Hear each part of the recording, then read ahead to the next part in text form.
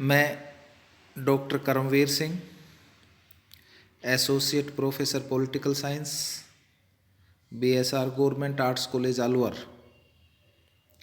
Dear students, आज हम इस ऑनलाइन कक्षा में राजनीति विज्ञान के मूल आधार फाउंडेशंस ऑफ पॉलिटिकल साइंस, जो बीए पार्ट फर्स्ट का पेपर फर्स्ट है, इसमें जो हमारा टॉपिक चल रहा है परंपरागत एवं आधुनिक दृष्टिकोण, इसको आगे बढ़ाते हुए आज आपको आधुनिक राजनीति विज्ञान के लक्षण एवं विशेषताओं के बारे में मैं कुछ बातें बताऊंगा, या हम आज इस विषय में चर्चा करेंगे। तो प्यारे बच्चों, मैंने आपको पूर्व में भी निवेदन किया था, आज फिर बता रहा हूं कि द्वितीय विश्व युद्ध के बाद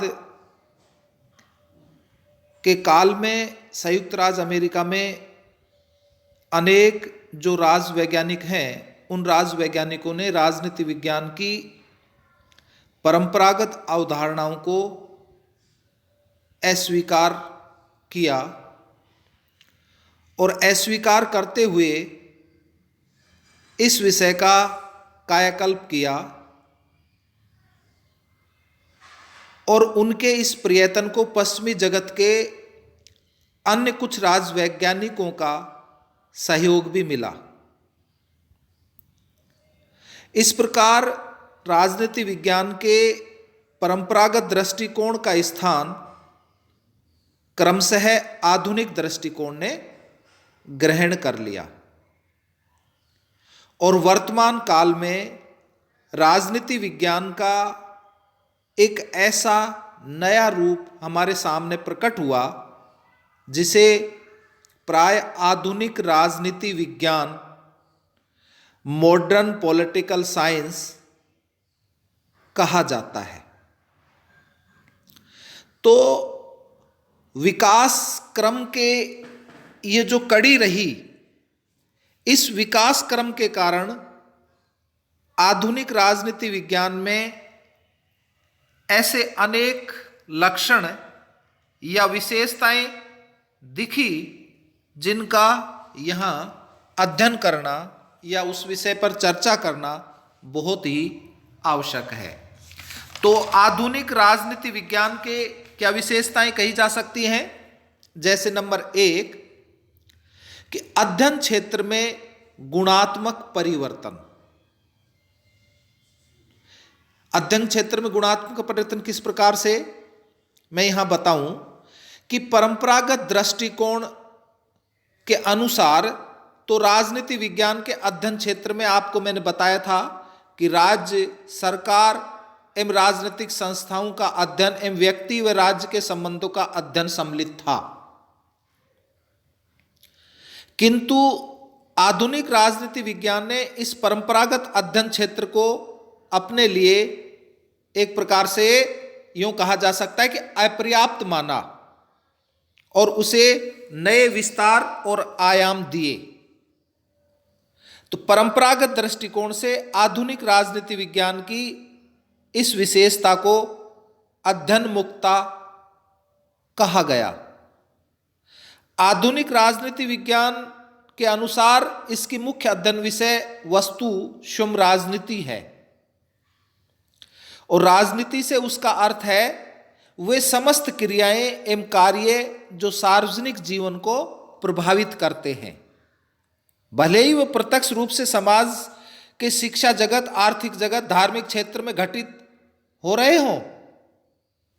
इस प्रकार आधुनिक राजनीति विज्ञान ने अपना विस्तार छात्र राजनीति, श्रमिक राजनीति, धार्मिक राजनीति, नस्लीय राजनीति, क्षेत्रवादी राजनीति, भाषा राजनीति इत्यादि इत्यादि तक विस्तृत कर लिया, और उसके अध्ययन क्षेत्र में व्यक्ति, परिवार, समूह, समाज, राष्ट्र तथा विश्व से संबंधित उन सभी तथ्यों, क्रियाओं, कार्यों, घटनाओं आदि को सम्मिलित कर लिया जो हमारे सार्वजनिक एवं राजनीतिक जीवन को किसी रूप में प्रभावित करती हैं। तो ये मुख्य आधुनिक दृष्टिकोण की एक विशेषताएं कही जा सकती है। दूसरी विशेषताओं का यहां अपन अध्ययन करेंगे कि वैज्ञानिकता पर बल। नाम से स्पष्ट हो रहा है वैज्ञानिकता पर बल, ठीक है ना। तो इस शताब्दी के प्रारंभिक दशकों से ही प्राकृतिक विज्ञानों एवं सामाजिक विज्ञानों के क्षेत्र में जो आश्चर्यजनक विकास हुआ उससे प्रभावित होकर आधुनिक राजनीति विज्ञान ने भी अपने अध्ययन को अधिकाधिक वैज्ञानिक बनाने का प्रयत्न किया। उन्होंने बताया या उनका मत है कि इससे राजनीति विज्ञान को अन्य विज्ञानों की तरह ही अपनी अवधारणाओं को अधिक प्रमाणिक एवं निश्चयात्मक बनाने में मदद मिलेगी। तो वस्तुतः क्या हुआ कि वस्तुतः वैज्ञानिकता की प्राप्ति हेतु लगातार प्रयत्नशील रहना आधुनिक राजनीति विज्ञान का प्रमुख लक्षण कहा जा सकता है। तो इस दृष्टि से उन्होंने राजनीति विज्ञान के अध्ययन के लिए वैज्ञानिक अध्ययन पद्धतियों के इस्तेमाल को आवश्यक माना, क्योंकि उनका मत है कि वैज्ञानिक पद्धति से माना जाता है विषय वस्तु से नहीं। तो यह दूसरी विशेषता कही जा सकती है। नेक्स्ट, यथार्थवादी एवं मूल्य निरपेक्ष अध्ययन। यथार्थवादी और मूल्य निरपेक्ष अध्ययन पर आधुनिक दृष्टिकोणवादियों ने बल दिया। इसमें क्या बातें कही जा सकती हैं कि आधुनिक राजनीति विज्ञान का मुख्य लक्षण क्या है? वैज्ञानिकता प्राप्त करने का प्रयत्न, और उसे इसके परिणाम स्वरूप इसमें अन्य दो उपलक्षण उत्पन्न हुए, यथार्थवादी एवं मूल्य निरपेक्ष अध्ययन पर बल देना। तो आधुनिक राजनीति विज्ञान का आरोप है कि परंपरागत राजनीति विज्ञान ने आदर्शात्मक एवं मूल्यात्मक अध्ययन को महत्व दिया है। इस प्रकार यह सदैव क्या होना चाहिए कि खोज करता है और क्या है कि उपेक्षा करता रहा है परंपरागत राजनीति विज्ञान, ठीक है। आधुनिक राजनीति विज्ञान जब वैज्ञानिक अध्ययन पद्धति पर बल देता है तो इसका सरल अर्थ है कि वह तथ्यात्मक अध्ययन को ही मान्यता देता है, अर्थात वह राजनीति के क्षेत्र में जो भी घटनाएं जैसे कि घट रही है उनका ठीक वैसा ही अध्ययन करना चाहता है। इस प्रकार यथार्थवादी अध्ययन में अध्ययन करता है कि स्वयं की भावनाओं, पूर्वाग्रहों एवं मूल्यों को कोई स्थान नहीं हो सकता। संक्षेप में यह कहा जा सकता है कि आधुनिक राजनीति विज्ञान की वैज्ञानिकता की प्राप्ति का लक्षण उसे यथार्थवादी अध्ययन की ओर मोड़ता है, और इस प्रकार के अध्ययन के लिए वह पुनः मूल्य निरपेक्षता की विशेषताओं को भी स्वीकारता है। तो आधुनिक राजनीति विज्ञान का मत है कि इस विषय का यथार्थवादी एवं मूल्य निरपेक्ष अध्ययन करने पर ही वास्तविक एवं वैज्ञानिक अवधारणाओं का विकास किया जा सकता है। नेक्स्ट विशेषता, सिद्धांत निर्माण संबंधी विशेषता। आधुनिक राजनीति विज्ञान के समर्थकों का मत है कि सिद्धांत निर्माण का कार्य केवल शोध पर आधारित होना चाहिए। वे राजनीतिक तथ्यों का अध्ययन एवं कठोर जांच प्रक्रिया अर्थात वैज्ञानिक पद्धति द्वारा चाहते हैं। उन्होंने बताया या उनका मत है कि वैज्ञानिक पद्धति द्वारा तथ्यों एवं घटनाओं का अध्ययन करके जो विश्वसनीय एवं सत्य निष्कर्ष निकलते हैं वही शोध है। जब राजनीतिक सिद्धांत निर्माण का कार्य इस प्रकार शोध पर आधारित होता है तब वह वास्तविकता के निकट होता है, उस पर प्राय सर्वसम्मति पाई जाती है तथा उसके आधार पर मात्र अतीत एवं वर्तमान की राजनीतिक घटनाओं की न केवल सत्य व्याख्या की जा सकती अपितु उसमें सामान्यीकरण भी स्थापित किया जा सकता है। आधुनिक राजनीति विज्ञान का मत है कि इस प्रकार शोध पर आधारित सिद्धांतों द्वारा भविष्य के बारे में ऐसी संभावनाओं को भी प्रकट किया जा सकता है जो विश्वसनीय कही जा सकती हैं या जो विश्वसनीय हों। नेक्स्ट, अंतर अनुशासनात्मक दृष्टिकोण को अपनाना। आप सभी को पता है कि आधुनिक दृष्टिकोणवादी अंतर अनुशासनात्मक दृष्टिकोण को अपनाते हैं। अतः व्यक्ति के संपूर्ण राजनीतिक व्यवहार को समझने के लिए जरूरी है कि राजनीति विज्ञान अन्य विज्ञानों अनुशासनों से सहयोग प्राप्त करे। तो इस प्रकार आधुनिक राजनीति विज्ञान के समर्थक इस अनुशासन विषय तथा अन्य अनुशासनों के मध्य घनिष्ठ संबंध को आवश्यक मानते हैं और उसके इस मत को अंतर अनुशासनात्मक दृष्टिकोण कहा जा सकता है। इस प्रकार या इस आधार पर उन्होंने राजनीति विज्ञान का मनोवैज्ञानिक, समाजशास्त्र, अर्थशास्त्र, मानव विज्ञान, एंथ्रोपोलॉजी आदि जैसे सामाजिक विज्ञानों से घनिष्ठ संबंध स्वीकार किया है। नेक्स्ट, व्यवहारवादी संबंधी विशेषता।